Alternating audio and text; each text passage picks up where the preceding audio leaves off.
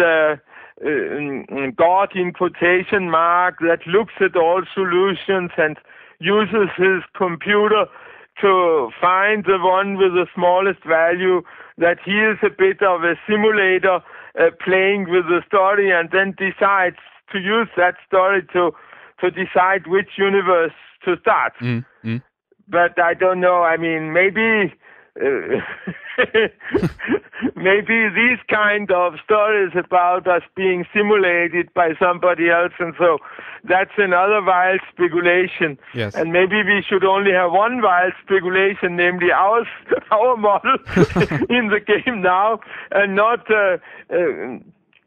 mix them up. A bit too complex but I otherwise. think there is actually a bit of similarity with this simulation, because it is almost as if we are selected by this God in quotation mark, and that he is a sort of great computer guy sitting and playing with us. But yeah. Would you? So there is, maybe you can use it as a pedagogical game. Yes. It's now. Can we? How should I put this? Can we learn something in regards to our future with a model like this? Can we predict things in terms of future events, or are we still? Well, in a way, I'm doing that. Yeah. Because me and Marcel Mia, who is the collaborator on this version of the model, we are in a way predicting the bad luck for these machines producing a lot of Higgses. And especially, of course, we are concerned with LHC. And therefore, we are somehow predicting the future, because although the LHC has now started successfully a little bit before Christmas and will start again in the middle of February, then it is still running on a very, very low rate. Yes. Which means that the beam intensity is very low. This beam, which runs in the LHC, it is divided up in some bunches, and a few centimeters, 5 centimeters long, and with something like 9 meters between. And they are running around 27 kilometers. So you can calculate how many 9 meters there are in 27 kilometers. So there are many bunches. And that is what is meant to be done when it really runs. But until now, I think you had only one bunch in it. So you were running with a much lower intensity than it shall do in the long run. And therefore, I think until now, no Higgses have been produced so far. Yes. And therefore, there was, strictly speaking, no reason for our God in quotation mark to kill it as far. So he has still time to do the job. Of course, and I should also mention that there is a smaller machine in Chicago, in FNAL, Fermilab, called the Tevatron. Yes.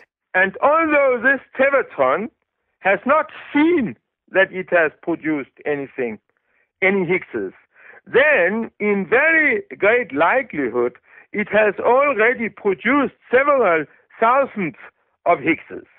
Mm-hmm. And it will take the LHC probably the rest of this year to reach a similar amount of Higgses being produced. And probably it will also not have seen them at that time. But this depends on the mass of the Higgs, which we don't know exactly, but only order of magnitude. But so if this amount of several thousand Higgses is not enough to sort of exclude that our history could be a good history, winning the game or being the minimal imaginary part of action history, even if you have about 5,000 Higgses produced, then maybe also the LHC would be allowed by the God in quotation mark to make similar amount, and therefore in a way he has the chance that he can still, it's still not urgent for him perhaps that he has to stop the machine after this year.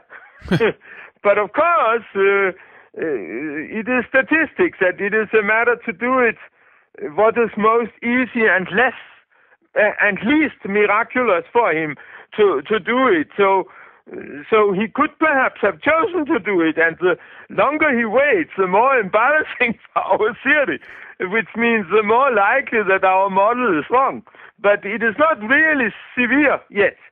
Okay. What would be severe for our model would be if this God in quotation mark doesn't stop the LHC before it produces as many Higgses as this machine in Texas, the SSC, meaning the superconducting supercollider, would have produced. Because if it goes beyond that, we might still put parameters in our theory and say, okay, that's how it should. But then we would lose our best example of a bad luck for a machine producing a lot of Higgses. Because the best evidence for this kind of story, the only really weak support, there is no strong support, only this weak one and another weak one, that would be that this SSC machine in Texas, the superconducting supercollider, did not come to work ever because it was stopped by the Congress. The budget was extended by some milliards and so on of dollars. So it got bad luck in that sense. But if this bad luck was just an accident and not a bad luck due to our God in quotation mark, then we are losing the best evidence. So then I think our trustworthiness of our theory would be very low. But there's still a possibility for something, a unknown variable, so to speak, to come into the picture here, where these things, where either the superconducting supercollider in Texas or the LHC stops in some way, or they're not, they won't achieve what they're trying to achieve there, and that would still then give credence to your theory or your model, and it will hold up, it will stand, right? No, I mean, it gives a little bit of support of our model that this SSC had the bad luck. Yeah. This is supporting now, and it is also supporting that the LHC had the bad luck last year in September, because that prevented it so far. Yes, and there was from doing anything. So now there is still a chance that something more severe could happen. Absolutely, there was something strange that happened in terms of. I think there was. I read an article about there was a bird. They speculated why the reason why it stopped, the breadcrumb or whatever. I think that's a little bit exaggerated, but it is true that there was a bird that lost some baguette into some electricity components, and there was a breakdown of the current, and of course it also delayed the machine a little bit. Yes. But just a current fallout is, of course, the machine is, of course, made so that a current fallout will not be a catastrophe. No, that's so true. So if this God in quotation marks should want to kill the machine, it is not enough with the bird losing a bit of baguette into the current and making a breakdown. Absolutely.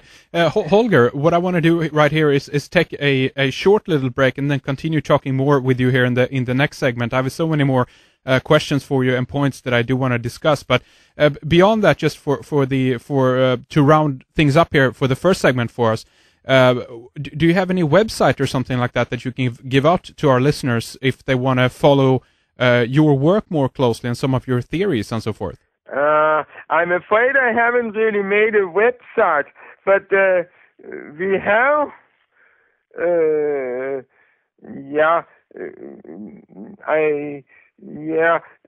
what can we do? I mean, we can, I have some papers about this.